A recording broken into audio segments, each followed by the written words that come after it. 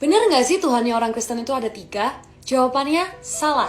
Kalau menurut kitab Ulangan 6 ayat 4, dengarlah hai orang Israel, Tuhan itu Allah kita, Tuhan itu Esa. Jadi kalau Allah itu satu atau Esa, Tuhan Yesus dan Roh Kudus siapa dong? Di video sebelumnya aku pernah bahas siapa itu Yesus, tapi aku ulangin sedikit di video ini ya. Di Yohanes 1 ayat 1 disebutkan, pada mulanya adalah Firman. Firman itu bersama-sama dengan Allah, dan Firman itu adalah Allah.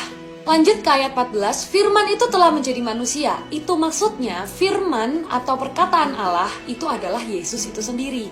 Jadi jelas kalau dari ayat ini, Yesus sudah ada bersama-sama dengan Allah sebelum semua hal dijadikan. Karena Yesus sebenarnya adalah perkataan dari Allah itu sendiri.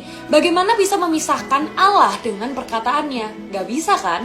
Sama kayak kita manusia. Kita nggak bisa dipisahin dari kata-kata kita sendiri. Bedanya adalah karena Allah itu supranatural, dia bisa menjadikan kata-katanya itu dalam bentuk manusia, yaitu Yesus. Next adalah Roh Kudus. Simpelnya Roh Kudus adalah roh Allah itu sendiri.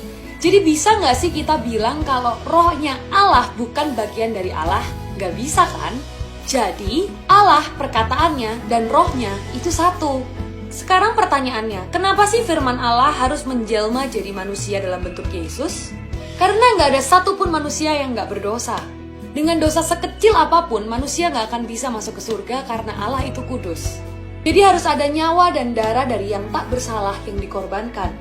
Kalau di zaman perjanjian lama, harus mengorbankan hewan dengan banyak persyaratannya. Tapi itu cuma penghapus dosa sementara.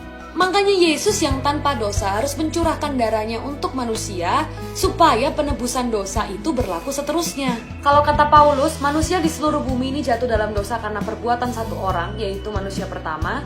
Maka karena satu orang juga yaitu Yesus, seluruh manusia diselamatkan dari dosanya.